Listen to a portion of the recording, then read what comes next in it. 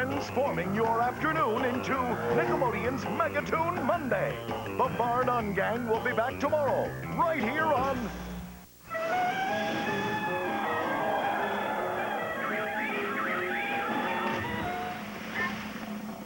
Oh, Natasha, sometimes I get so mad. But in the paper, it must be true.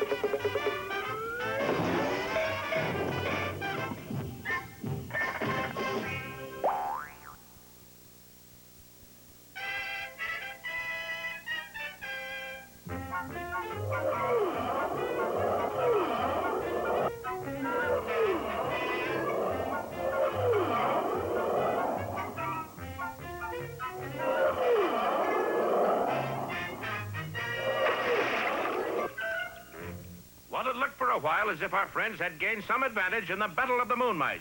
Bullwinkle's singing... Singing! had attracted thousands of the fearsome metal munching monsters. Daddy wouldn't buy me a bow wow.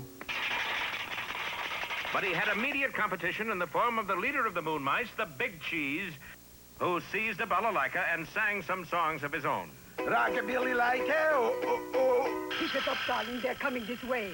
Here it in the morning, here it in the noon, here it in the night time. Moon, moon, moon. Oh, oh. Darling, Yes, Nitish. when you sing like that, why do you go ooh, ooh, ah, ah? Why else? I get sick. Well, here they come. You ready to sign autographs? You said it, Natasha. Okay, you lucky rats. Step right up and... Oh, boy. You don't want my autograph. Darling, I think they want you. Sure enough, the disguised Boris was hustled off by the furious Moon Mice, and a moment later found himself in a nearby duck pond up to his neck in trouble. And water. The angry Moon Mice might have finished our story right there if a strange sound hadn't come through the air. My sweetheart's the moose in the moon. I'm going to marry her soon. Keep it up, Bullwinkle. They're coming back. Good. 'Twould give me such bliss just to give her one kiss. But I know that 100 I never would miss. It's working. They're all back. I'll go up in a great big balloon. Is that a promise? And marry that moose in the moon. Why are they applauding now? You said moon. So? Up there, that's like saying Brooklyn. Oh, and behind some dark cloud where no one is allowed. Allowed what? It don't say. I'll make love to the moose in the moon. Sing some more, Bullwinkle. I don't know any more tunes, Rock. Hooray! Well, you better think of some fast. How come? I think the natives are getting restless. Sure enough, deprived of their singing star, the mice were beginning to turn ugly. And that's not much of a tune. Quick, sing something, Bullwinkle. 3 blind mice, 3 blind mice. Not that, Bullwinkle. Hmm? Don't you remember the middle part? About cutting off their tails, you mean? Oh, now you've done it. Pick another song before we're munched. But, Rocky, I gotta rest my tonsils sometime. But that's such a fierce-looking mob. And they're closing in. Boy, we could sure use a smart manager along about now. Aha! Allow me to introduce myself, you. Who are you? My cab. Colonel Tomsk Parkoff, showbiz manager. Teenage Idol's a specialty. Audience is controlled. Well, what have we got to lose? Just my voice is all. Now, look here, all you music-loving rats. You all want to hear your teenage idol sing, don't you? Yes, sir. All right, well, we're going to hold a great big old concert in what's the name of place? Colossus Stadium, Colonel Darling. In Colossus Stadium, Colonel Darling. And all you mice is going in free. How about? Boy, you're out of your mind. They go in the easy way. They come out the hard way. So that's Boris's explosive plan. You'll see how it works out next time in The Spies of Life, or When a Fella Needs a Fiend.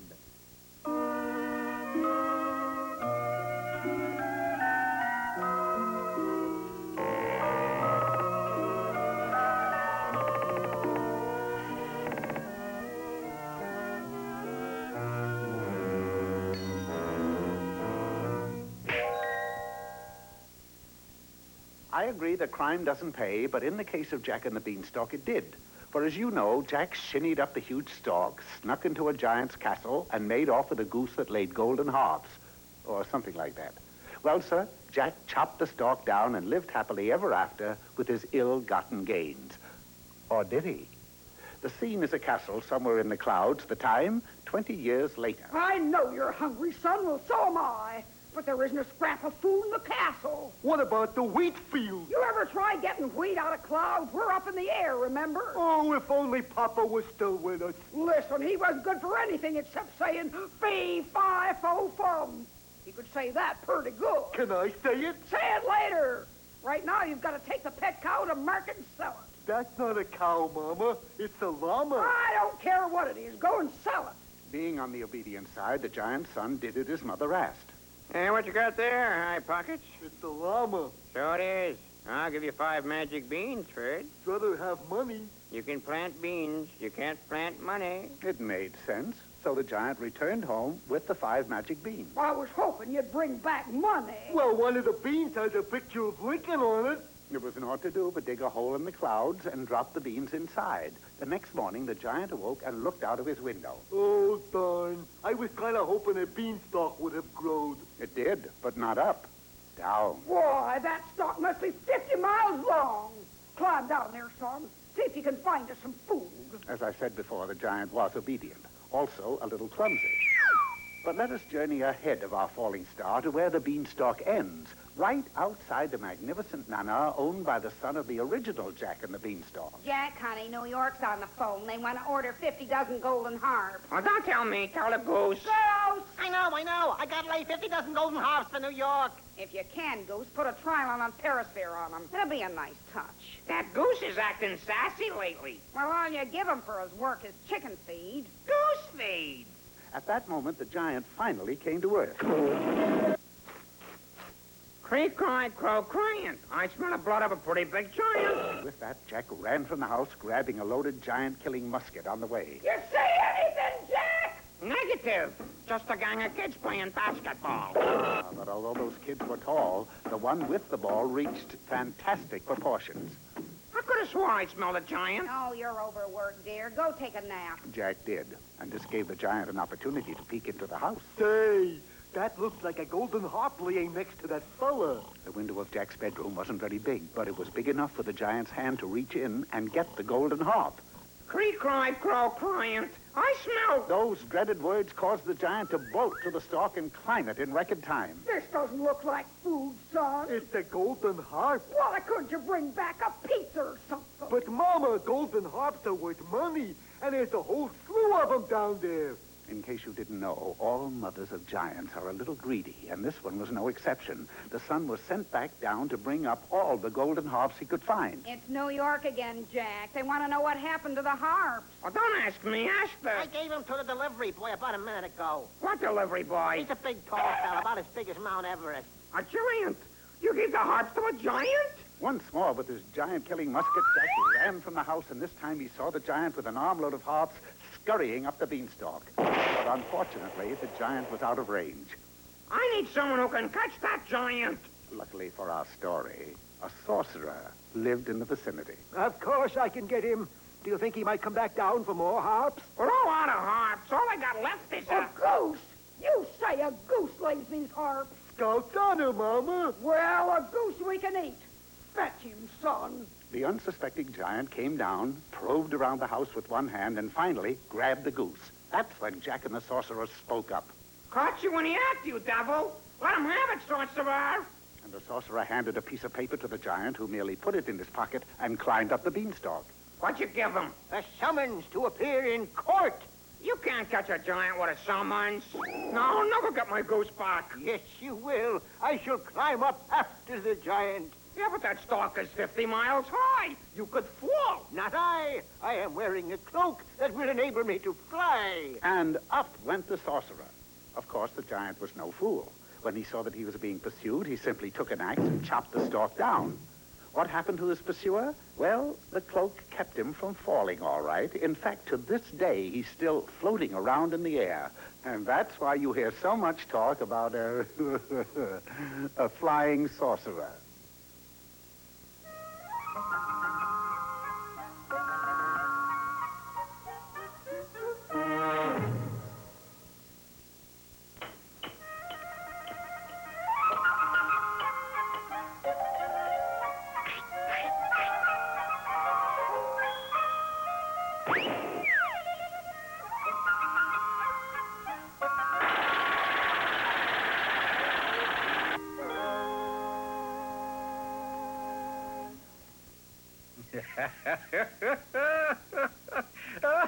Oh, by George, that's a good one. What's so funny, Pop? Oh, it's you, Junior. Well, I'm laughing at a joke, that's all. Somebody came by and told you a joke, huh? No, nobody came by. I heard the joke 2 years ago. And you're still laughing at it? Well, I just got the punchline. That's right there. Look, I don't want to sound disrespectful, Dad, but aren't you a little slow? I mean, 2 years. Now, wait a minute, son. Wait a minute. You're forgetting one of my most popular proverbs. He who laughs last laughs best. I smell a fable coming up. Which reminds me of a fable. Hey, you see? Not too far away and not too close either. There was a desert, the driest, most uninhabited piece of real estate you ever saw. Outside of the sand, the only thing that moved was 2 jackrabbits who were prospecting for gold. Hey, look at that, Charlie. You know what that is? That is high-grade dirt. Date? Dirt. But don't you worry, old pal. One of these days we'll strike it rich. Come on, let's get some water. The only wet spot in the entire desert was a small outdoor restaurant operated by an industrious mule. The only thing the mule sold was water, which he procured from a nearby well. Good afternoon, gentlemen. And how are we today? We are hot and dry. So give us each a pitcher of water. I would like to comply very much with your wishes, but so far you have drunk 80 pitchers of water and you haven't paid me a cent. Look, we told you we'd pay you when we hit gold, didn't we? Besides, Charlie has got a present for you. He has? Oh, well, that's different. Here's your water. Where's my present? Here.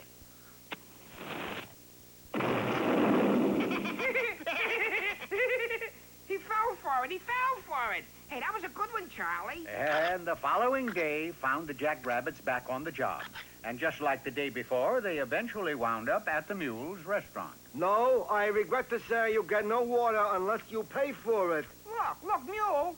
Charlie's awful sorry about the cigar joke yesterday. Ain't you, Charlie? Oh, yeah. Matter of fact, to make up for it, I went into town. I bought you a real good one. Here. Well, I suppose it would be silly of me to hold a grudge. Very well. You can have your water today.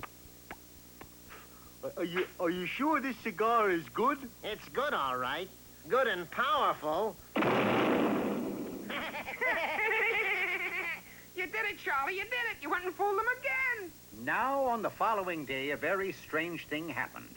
Acting on a hunch, the 2 jackrabbits took a sample of dirt into the assayer's office and were told it contained not only gold, but silver, uranium, and even lanolin. And they were rich. That's right, Mule. Me and Charlie are billionaires. Here, have a cigar. No, you don't. Look. Flam and me are leaving for France. And before we go, we thought we'd try and make up for all the nasty tricks we played on you. No cigars, please. Just pay me the money you owe. Mule, you hurt me, honest. Oh, very well. But I warn you. Say, this is good. I told you. Well, Flam, let's go. You know, I'm kind of proud of you, Charlie. For a minute there, I thought you was going to give that mule another exploding cigar. Oh, fun's fun, Flam, but after all... Well, sir, no one can have more fun in Paris than 2 jackrabbits, especially if they're rich. Ah, this is what I call real living. By the way, how long have we been here? 2 years and 11 days. Ah, this is living all right. Sure is. Only we better go a little easier on our money. How much have we got left? $1.50. Well, the spree was over. There was nothing left to do but to return to the desert and dig for more gold. This is hard work. Let's quit and get some water. Nice to see you, Mule. By the way, I brought you a present all the way from Paris. Here. The mule took one look at the cigar and promptly headed for parts unknown. As for the jackrabbits, they decided to get their own water. But can you imagine their surprise at finding the well empty? Hey, Mule, come back. Let us out of here. So the mule had the last laugh after all. And that's why I say, he who laughs last, laughs best. See, that's a swell fable, Pop, and a pretty good moral, too. Yeah, only a pretty good one? Well, I can think of a better one. All right, let's have it. You never miss the waiter till the well runs dry. You never did? Oh, Junior.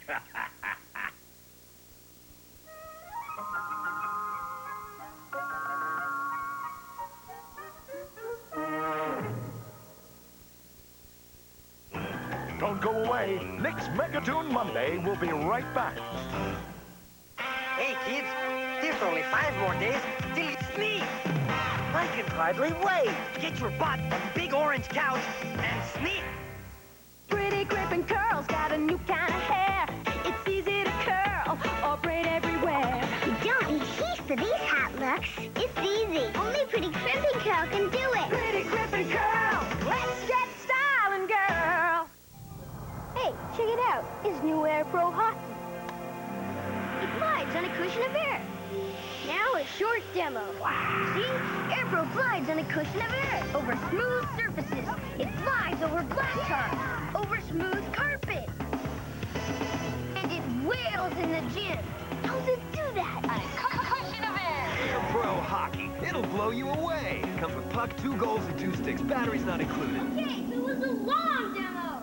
Coco's my name, and as you can see, I'm swinging through the jungle with my Cocoa Krispies.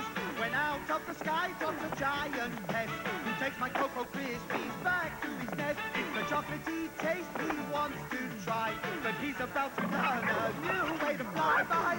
Kellogg's Cocoa Krispies are such a chocolatey and delicious part of this complete breakfast. Even the milk turns chocolate with every bite so chocolatey. Oh, everybody wants my Cocoa Krispies. It's the ultimate challenge, Crossfire. Crossfire, you get caught up in the crossfire. Crossfire, crossfire, crossfire. You'll get caught up in it. You're watching Nickelodeon. And now, back to Megatoon Monday.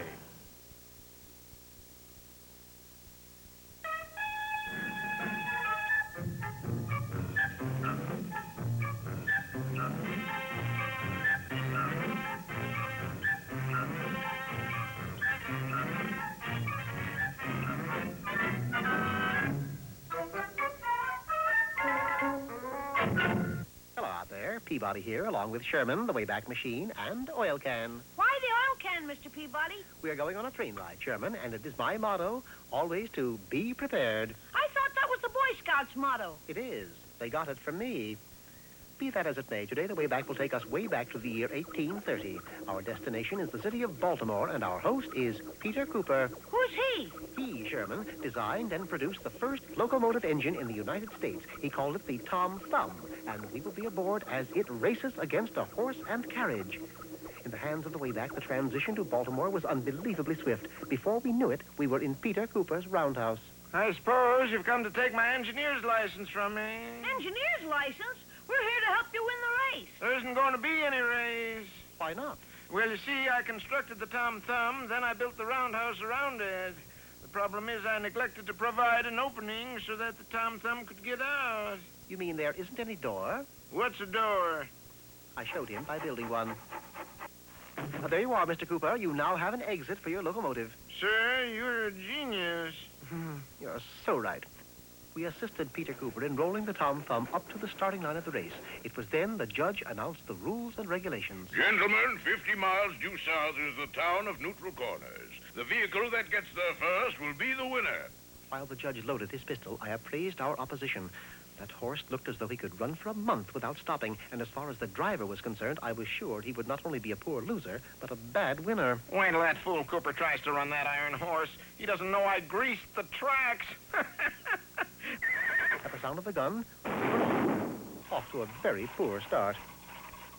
Something's wrong, Mr. Cooper. We're not getting anywhere. That's simply an illusion caused by excessive speed.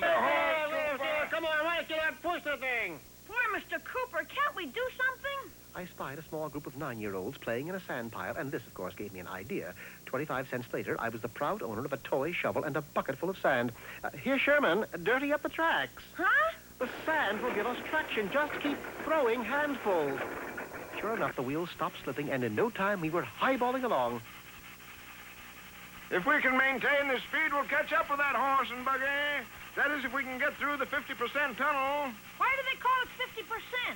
Because it's only half finished. Before I could inquire as to the exact location of the tunnel, we were in it. I suppose they'll change the name of the tunnel now. Tell me, sir, are there any other obstacles ahead that you're aware of? Only the 50% bridge. I see. Is it called 50% bridge for the same reason as 50% tunnel? No. Oh, that's fortunate. They call it the 50% bridge because only the plans are half finished. As he spoke, I could see a wide chasm in the not-too-distant distance. The brakes, Mr. Cooper! Apply the brakes! What are brakes? The chasm was a mere 30 yards away, or else I would have filled him in on the sagacity of having a brake along. Instead, I boosted the acceleration to its maximum point, forcing the Tom Thumb to surge ahead at a breakneck pace. Runs beautifully, doesn't she? She not only ran beautifully, but jumped as well. Inside of a quarter of a mile, we had not only caught up with the horse and carriage, but were slowly pulling ahead. We're beating him! We're beating him! But strangely enough, the driver was wearing a smile, and for a good reason. Well, well, looks as though the 502 from Denver is right on schedule. Yes, and it's also right on our track. A head-on collision appeared to be in the making, and that's when I saw a side track just ahead with a switch by it. A quick, Sherman, hand me a piece of wood. Nice work, Mr. Peabody. By now, we were well ahead of our opposition, and neutral corners lay just ahead. In fact, the finish line was a scant 100 yards away, and that is when I turned the supply of steam off, causing the Tom Thumb to roll to a stop. But we haven't crossed the line yet, Mr. Peabody. We'll cross it, Sherman, after the horse and driver. You mean we're going to lose? We have to, Mr. Cooper. You see, according to history books, you lost this race. I did? That's awful. But history must always be truthful, Sherman. And by stopping the locomotive, we did give rise to one lasting expression. What's that, Mr. Peabody? Haven't you ever heard of honest engine?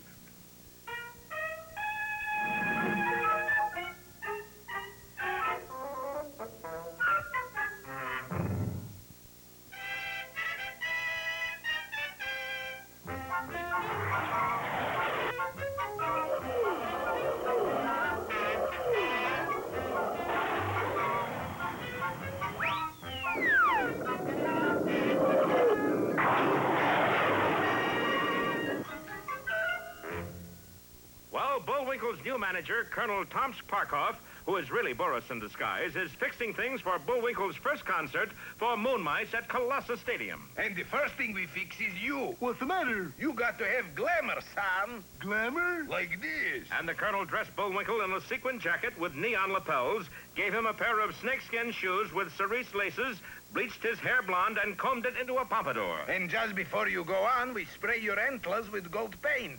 I don't know about that. I wouldn't want to look conspicuous. A few minutes later, our boys arrived at the enormous saucer shape of Colossus Stadium. It was already jam-packed with moon mice. And now, Mr. Golden Throat, a present from your fans. What is it, Colonel Tom? Electric ukulele. Thanks a mil, Colonel Tomsk. Let me plug it in for you. It's the least I can do. Boris, darling, you flipped. Don't you believe it? And opening a door in one of the columns that supported the huge stadium, Boris revealed a frightful sight. Darling, he's full of TNT. And so is this one. And so is this one. Whole stadium is regular living bomb. How is it wired to go off, darling? How else? Look. You're mean. Yes. Moose's electric ukulele. The first chord he hits will be his last. But won't we blow up all metal munching mice, too? Of course, Natasha, but there's plenty more where they came from. But at that moment on the moon, high above, Boris's superior, Mr. Big, received some startling news. We've run out of materials, Mr. Big. There's not another moon mouse to be made. Oh, it really doesn't matter. There's 100,000 of them down there already, and they should have finished their terrible task by now. I think I'll go down and check up. And a few moments later, a strange-looking craft with Mr. Big inside was plunging toward the earth. Unaware of the superior's approach, Boris and Natasha watched with their fingers in their ears, while a little distance away, Bullwinkle prepared to make his debut. But just before he entered the stadium... Did you tune your ukulele, Bullwinkle? Shucks, no. I'll do it right now. My dog has... Well, that's that, Natasha. Not quite, darling. Look. Sure enough, the TNT and the supports of the stadium acted like a series of giant rockets, and the enormous bull was flung upward into space. In just a few moments, it neared the spaceship occupied by Mr. Big. There was a sharp collision, and the saucer continued unharmed, clear to the moon. Mr. Big's ship wasn't so lucky. Bullwinkle, you did it! They're back on the moon. Oh, happy day! Oh, joy bells. Oh, phooey. And look who's here, darling. You know, bad enough, a funny thing happened to me on my way to the Earth this evening. Mr. Big! We regret that this scene is so horrifying that it may not be shown to the family audience. Well, Bullwinkle, the Moon Mouse caper is over. The country is saved. So how come you're so sad? Well, I never did get to sing my song. Well, go ahead. We'll listen, won't we, fellas? You bet, Rocky. Kidney, are you some kind of kook? Look, earplugs. Give my regards to Broadway. Remember me to Harold Square. Who's he? He's a friend of mine in New York. Tell all the gang And so the curtain falls on the saga of the monstrous mechanical metal munching moon mice. Be with us next time for further adventures of Rocky, the Flying Squirrel.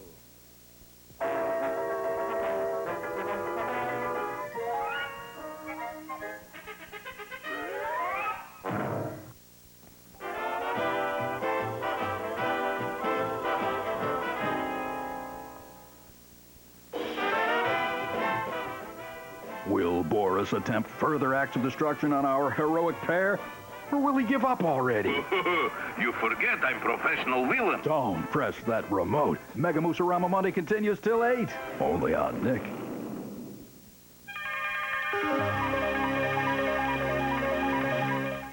There's a new dimension of Nickelodeon's Ozone. Enter the Video Zone. Take the ultimate video challenge of Nick Arcade. Tomorrow at 5, 4 Central on Nickelodeon.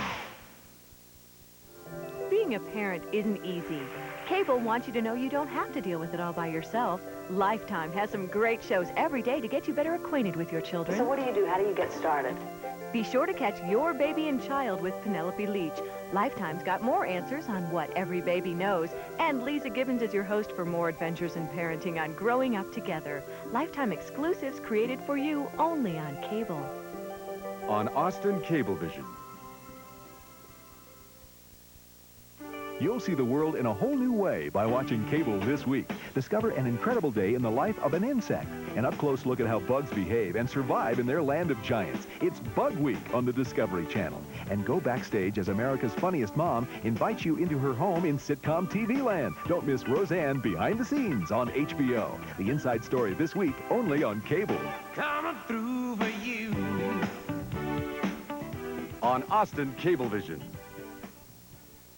Spirograph, making big bold designs. New Mega Spirograph, getting bigger all the time. Just turn the handle, watch it grow. It's always a big show. Amazing! New Mega Spirograph, the one for big bold designs. Extra pens not included. Is this thing on? Here, I'll show you. Let me see. I love video scavenger hunts. Spotted Dog, Rock Group. Rock Group? Hi, Mom. I don't see geek on it. Is McDonald's on there? Let's roll. For stars. Spotted Dog, Twins, Moving Van, Group Headstand. Got it. Twins? Oh, I always see twins. And McDonald's. Oh. Spotted Dog. Moving van. I always see moving vans at McDonald's. Come on. It's moving. It's a van. It counts. I'll check it out. Hey, a rock group. Works for me. What's next? Red convertible? Skycam. What are you doing up there? Sit down. I always see red convertible. At McDonald's. Let's go. Yeah. Hey, we're doing good. I'm doing great. Look, twins. Not anymore. Still need a man in uniform. Hey, whoa. Hey, man in uniform. I knew we'd find everything at McDonald's. But why don't you say something?